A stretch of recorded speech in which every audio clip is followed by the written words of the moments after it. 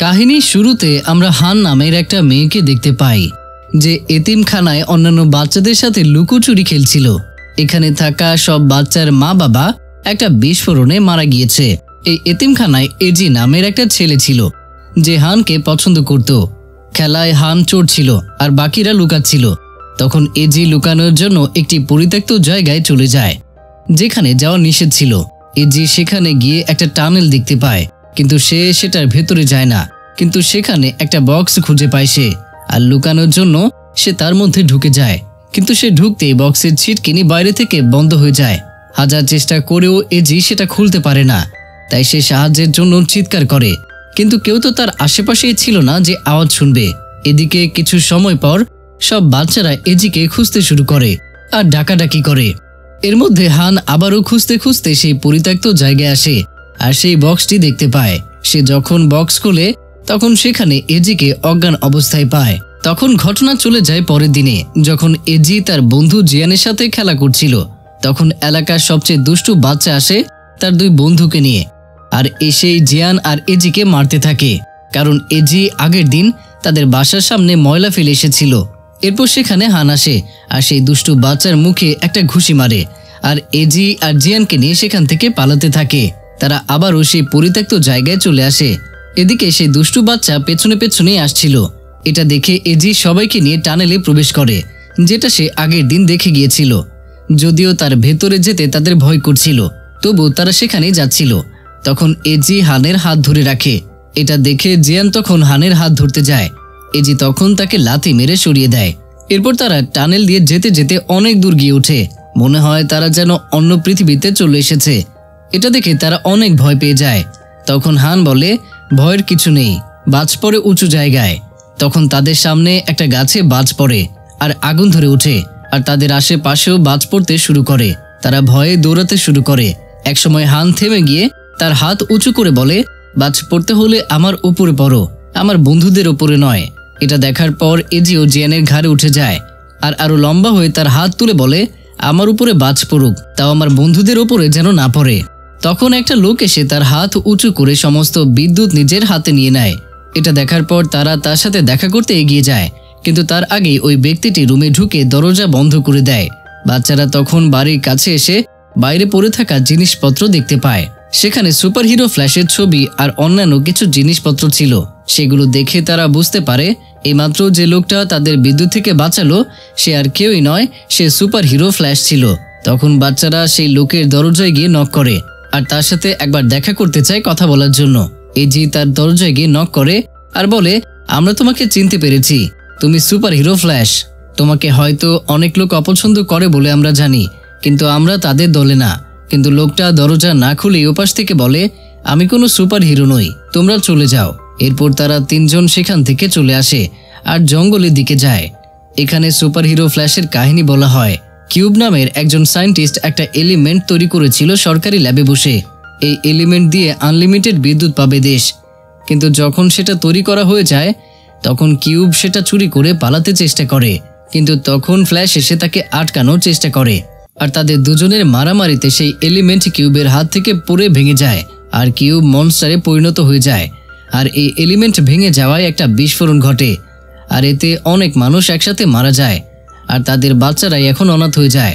Cube আর ফ্ল্যাশের ফাইটের জন্য সারা শহরে এক আতঙ্ক বিরাজ করে।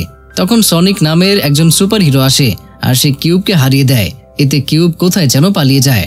এরপর ঘটনা আবার বর্তমানে চলে আসে, যেখানে হান এজি চুল কাটিং দিতে দিতে বলে, আমি যদি ফ্ল্যাশ হতাম তাহলে কখনোই পালাতাম না। তখন এজি তাকে জিজ্ঞেস করে, তোমার কি সাহসী ছেলে পছন্দ? হান বলে, সব মেয়ে এমন ছেলে পছন্দ করে। এজি তখন বলে, আমি যদি পৃথিবীর সেরা সুপারহিরো হই তুমি কি আমাকে বিয়ে করবে? হান বলে, হ্যাঁ অবশ্যই করব। এরপর এতিমখানার বাচ্চাদের মধ্যে ভালো ছাত্র ছাত্রীদেরকে বাইরে হায়ার স্টাডিজের জন্য নিয়ে যাবার সময় আসে। তখন হানও তাদের সাথে চলে যায় বাইরে পড়াশোনার জন্য। এরপর বেশ কিছুদিন পরের ঘটনা দেখানো হয়। টিচার তখন জিয়ান আর এজিকে হানের চিঠি দেয়। এটা পেয়ে তারা খুশি হয়ে যায়। এমনিতে তাদের মন পড়াশোনায় কমই ছিল, তারা বডি বিল্ডিংয়ে বেশি আগ্রহী ছিল। তারা শুধু হানের চিঠির জন্য স্কুলে যেত। হান চিঠিতে তার পড়াশোনা আর কাজের ব্যাপারে নিয়মিতই লিখত।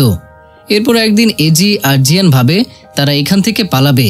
এরপর আমরা হানকে দেখি সে রাতে বাসায় যখন ফিরে আসে তখন দেখে তার রুমের দরজা খোলা। সে ভাবে তার বাসায় চোর এসেছে, তাই সে একটা চেয়ার নিয়ে এগিয়ে যেতে থাকে আর অন্ধকারে কাউকে দেখতে পেয়ে চেয়ার দিয়ে জোরে বাড়ি মেরে দেয়। এটা দেখে সাথে সাথে আরেকজন লাইট অন করে দেয়। দেখা যায় ওই দুজন আর কেউই নয়, বরং জিয়ান আর এজি ছিল। তারা কেক নিয়ে হানের জন্মদিন উইশ করতে এসেছে। এরপর তারা পার্টি শেষে হানের বাসাতেই থেকে যায়। হান বিছানায় আর বাকিরা ফ্লোরে শুয়ে পড়ে। তখন এজি হানের হাত ধরে ঘুমায়। হান অবশ্য কিছুই বলে না, আর জিয়ান এজিকে জড়িয়ে ধরে ঘুমায়। পরের দিন সকালে হান বাচ্চাদের মাঝে বেলুন বিতরণ করছিল। এদিকে এজি আর জিয়ান ট্যাক্সি করে তাদের কাছে আসছিল। হঠাৎ রাস্তায় একটা বড় গাড়ি তাদের ট্যাক্সি ঘেঁষে চলে যায়, আর অন্যদিকে পুলিশের গাড়ি এসে সেই মাইক্রোকে ধাক্কা দিয়ে থামায়। তারপর সেই মাইক্রো থেকে কিছু ডাকাত দলের লোক বের হয়ে গুলি ছুটতে থাকে। এরা আসলে একটা ব্যাংক থেকে অনেক টাকা ডাকাতি করে পালিয়েছিল। এরপর ডাকাত দল বাঁচার জন্য হানকে জিম্মি করে, আর তা দেখে তাকে বাঁচাতে এজি আর জিয়ান ছুটে আসে, কিন্তু পুলিশ তাদের ধরে আটকে দেয়। এরপর হঠাৎ একটা তীব্র সাউন্ড শুরু হয়, সবার কানে ব্যথা শুরু হয়, আর তখন সেখানে হাজির হয় সুপার হিরো সনিক। সে সব ডাকাতদের মেরে হানকে বাঁচিয়ে নেয়, আর হান তো সনিককে দেখে বিমোহিত হয়ে যায়।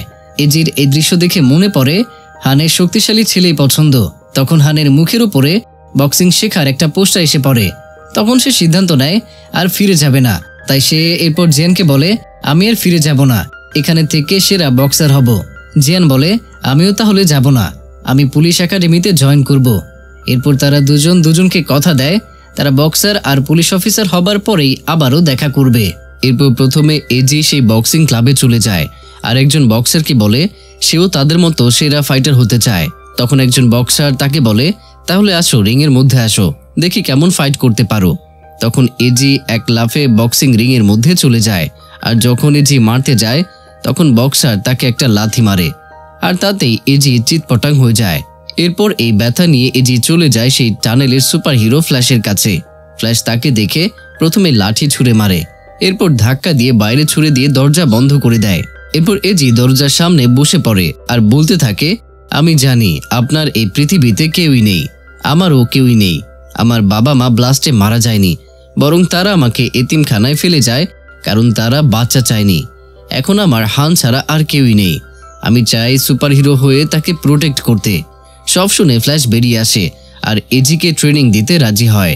ফ্ল্যাশ তাকে জানায়, তুমি হয়তো সুপার হিরো হতে পারবে না, কিন্তু তুমি তোমার শক্তি বাড়াতে পারো। এরপর ফ্ল্যাশ এজিকে নানা রকম ট্রেনিং দেয় যাতে সে তার শারীরিক ব্যথাকে জয় করতে সক্ষম হয়। এই জন্য নানা রকম ট্রেনিং, ওয়েট লিফটিং, এমনকি গরম খাবার চামচ ছাড়া খালি হাতে তুলতেও বলা হয়, যাতে সে তার ব্যথাকে নিয়ন্ত্রণ করতে পারে। এরকম করে এজি একসময় তার ব্যথাকে সহ্য করার ক্ষমতা অর্জন করেই ফেলে। এরপর এজি আবারও সেই বক্সিং ক্লাবে যায়, আর এর আগে যে তাকে মেরেছিল তার সাথে সে আবারও ফাইট করতে চায়। ফাইট শুরু হয়, কিন্তু এবার এজি সেই বক্সারের বিপক্ষে পাল্টা প্রতিঘাত করতে সক্ষম হয়, আর সে জিতেও যায়। এরপর ক্লাবের ম্যানেজার আসে আর বলতে থাকে, আজ রাতে সেরা বক্সারের সাথে কে লড়াই করতে চাও? তখন কোনো বক্সারই রাজি হয় না, কারণ এই বক্সার এতটাই ভয়ানক যে গত 2 ফাইটে 2 জনকে সে মেরেই ফেলেছে। কিন্তু এজি রাজি হয়ে যায়, আর এরপর তাদের ফাইট রাতে শুরু হয়। আর জিয়ানও সেই ফাইট দেখতে আসে, কিন্তু এজি এখানে অনেক মার খাচ্ছিল, নাক মুখ ফেটে গেছে। তখন ক্লাবের ম্যানেজার এসে বলে, তুমি যদি মার খেয়েও আজ রাতে টিকে থাকতে পারো তবে পরের রাউন্ডে তোমাকে সুযোগ করে দেব। এজি রাজি হয়, আর অনেক মার খেয়েও সে টিকে থাকে। এরপর সেরা সেই বক্সার জয়ী হলেও সবাই এজিকে লাইক করতে থাকে, কারণ এই প্রথম কেউ এত মার খাবার পরেও টিকে ছিল। এরপর ক্লাবের ম্যানেজার তাকে কিছু টাকা দেয়। এরপর জিয়ান দেখা করে এজির সাথে, আর এজি দেখে জিয়ানও পুলিশ হয়ে গেছে। এরপর জিয়ান বলে হান তাদের ডিনারের জন্য ডেকেছে। তারা খুশি মনে ডিনারে যায়, কিন্তু গিয়ে দেখে হান একটা ছেলের সাথে আছে। এটা দেখে এজির খারাপ লাগে। তারা কাছে গেলে হান সেই ছেলের পরিচয় করায়, ছেলেটা আসলে তার বয়ফ্রেন্ড। এটা শুনে তো এজির মুখ একদম ফ্যাকাশে হয়ে যায়। এরপর সে ছেলে এক এক করে এজি আর জিয়ানকে জিজ্ঞেস করে তারা কে কি করে। এজি বলে সে একজন বক্সার, আর জিয়ান বলে আমি একজন পুলিশ অফিসার, বেশি উল্টাপাল্টা করলে গুলি করে দেব। এরপর সেই ছেলেটা হঠাৎ একটা হাঁচি দেয়, আর অদ্ভুত একটা সাউন্ড হয়, যেটা অনেকটা সেদিনে সনিক আসার সময় যেমন হয়েছিল। আর এই জন্য আশেপাশের অনেকের গ্লাস ভেঙে যায়। এজি সন্দেহ হয় এরপর সে দূর থেকে ছেলেটার চোখ নিজের হাত দিয়ে ঢেকে বুঝতে পারে এটা হয়তো সনিক। এরপর সে জিজ্ঞাসা করে, সে স্বীকার করে নেয়।